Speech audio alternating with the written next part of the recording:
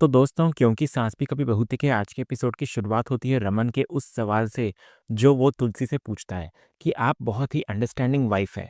आपको अपने पति पर बहुत भरोसा है। और इसी के साथ शुरू होती है वो दोहरी कहानी जहाँ एक तरफ तुलसी रमन के सामने अपने 38 साल पुराने रिश्ते और अटूट विश्वास की मिसाल देने लगती है। वो कह रही होती है कि उसने और मिहिर ने कभी एक दूसरे से झूठ नहीं बोला। और दूसरी तरफ उसी घर के एक बंद कमरे में उसी विश्वास की धज्जियां उड़ रही होती है। इधर मिहिर नॉयना के उस एक सवाल के सामने खड़ा होता है कि क्या तुम तुलसी से प्यार करते हो। और फिर मिहिर एक ऐसा सच कबूल करता है जो उसके रिश्ते की खोखली होती नींव को दिखा रहा होता है। वो कहता है, मैं मानता हूँ कि मैं अब तुलसी से उतना प्यार नहीं करता, लेकिन ये भी सच है कि मैं तुमसे भी प्यार नहीं करता। ये सुनकर नॉयना का दिल टूट जाता है। वो गुस्से में कहती है कि जब वो उससे प्यार ही नहीं करता तो उसे उसकी इतनी चिंता क्यों है। अगर रमन से शादी करके उसकी जिंदगी बर्बाद होती है तो होने दे, उसे क्या फर्क पड़ता है। और ये कहकर वो मिहिर को उसकी अधूरी सफाई के साथ अकेला छोड़कर वहां से चली जाती है। दूसरी तरफ नीचे रमन तुलसी की तारीफों के पुल बांध रहा होता है। वो कहता है कि मिहिर बहुत लकी है जिसे तुलसी जैसी पत्नी मिली। तुलसी भी कहती है कि असली खुशनसीब तो वो है जिसे मिहिर जैसा पति मिला। और तभी इधर नौना मिहिर दोनों एक एक करके नीचे आते हैं और उनके चेहरे पर वो तनाव साफ झलक रहा होता है जो रमन की पारखी नजरों से छिप नहीं पाता। रमन समझ जाता है कि कुछ तो गड़बड़ है। इन दोनों दोस्तों के बीच कुछ तो ऐसा हुआ है जो वो छिपा रहे हैं, और इसी शक के साथ वो तुरंत किसी रंगनाथन को फोन मिलाता है और एक जरूरी काम का हवाला देकर कल मिलने का वक्त तय करता है। उसके बाद रमन सोचता है कि वो तुलसी की तरह आंखें बंद करके नॉयना पर भरोसा नहीं कर सकता। उसे पता लगाना होगा कि नॉयना अचानक शादी के लिए क्यों मान गई। फिर अगले दिन रमन सीधे जासूस रंगनाथन के ऑफिस पहुंचता है। वो डिटेक्टिव को नॉयना की तस्वीर दिखाता है और कहता है कि नॉयना इतने सालों से शादी से मना करती रही, लेकिन अब अचानक उसने हाँ कर दी। रमन का शक साफ होता है कि कहीं नॉयना किसी को जलाने के लिए उसका इस्तेमाल तो नहीं कर रही है, या कहीं उसे उल्लू तो नहीं बना रही। रमन पूरी जानकारी मांगता है तो डिटेक्टिव रंगनाथन उसे काम पूरा करने का भरोसा दिलाता है। इसी बीच तुलसी और ऋतिक भी रणविजय की सच्चाई जानने के लिए उसी डिटेक्टिव रंगनाथन के ऑफिस में पहुंचते हैं। वे इंतजारगाह में बैठकर अपनी बारी का इंतजार कर रहे होते हैं। जैसे ही इधर रमन रंगनाथन के कैबिन से बाहर निकलता है, ठीक उसी वक्त ऋतिक से तुलसी का सामान नीचे गिर जाता है। दोनों सामान उठाने के लिए नीचे झुक जाते हैं और इधर नियति के इस खेल में रमन उन्हें देखे बिना ऑफिस से निकल जाता है। दूसरी तरफ इधर तुलसी और ऋतिक दोनों रंगनाथन के कैबिन में जाते हैं। ऋतिक डिटेक्टिव से कहता है कि उन्हें रणविजय नाम के लड़के के बारे में जानकारी चाहिए, तो रंगनाथन रणविजय की तस्वीर और सारी डिटेल्स मांगता है। तो तुलसी फोटो और जानकारी देती है और कहती है, हम बहुत उम्मीद लेकर आपके पास आए हैं, आपको जल्दी से जल्दी सब कुछ पता लगाना ही होगा। डिटेक्टिव उन्हें आश्वस्त करता है कि उनका कोई भी केस आज तक अधूरा नहीं रहा है।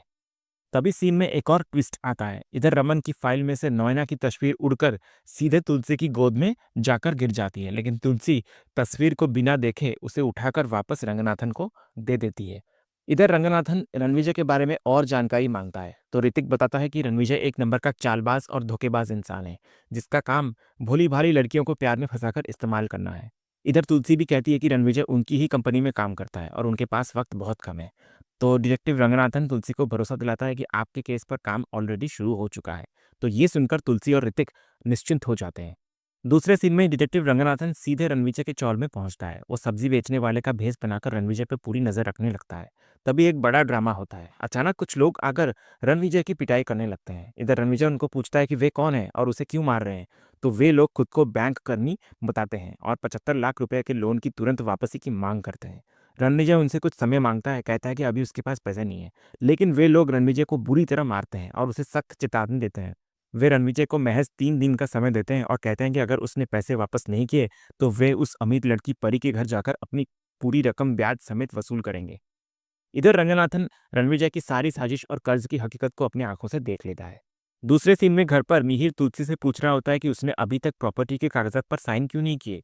तो तुलसी मजाकिया अंदाज में कहती है कि उसे उसकी सारी चाल समझ में आ गई है। फिर वो कहती है, आदमी दो ही सूरतों में अपनी सारी जायदाद किसी के नाम करता है, या तो वो नई दुनिया बसा रहा हो या संन्यास ले रहा हो।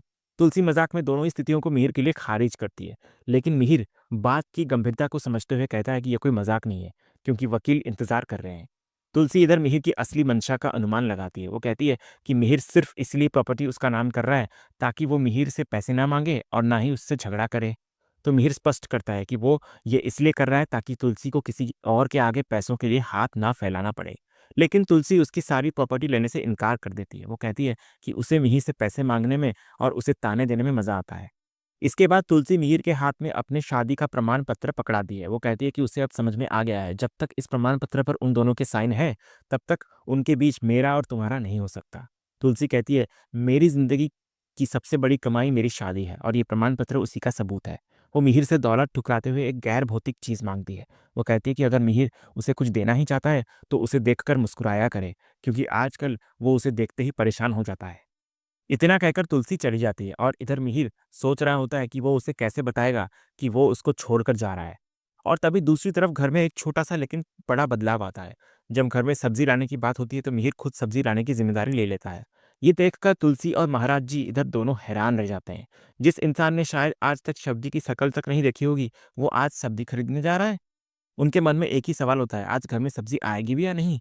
और फिर तभी इधर दूसरी तरफ किचन से बर्तनों को गिरने की आवाज़ आती है। तुलसी और महाराज जी भाग कर देखते हैं तो परी ने पूरी किचन को तहस-नहस कर दिया होता है।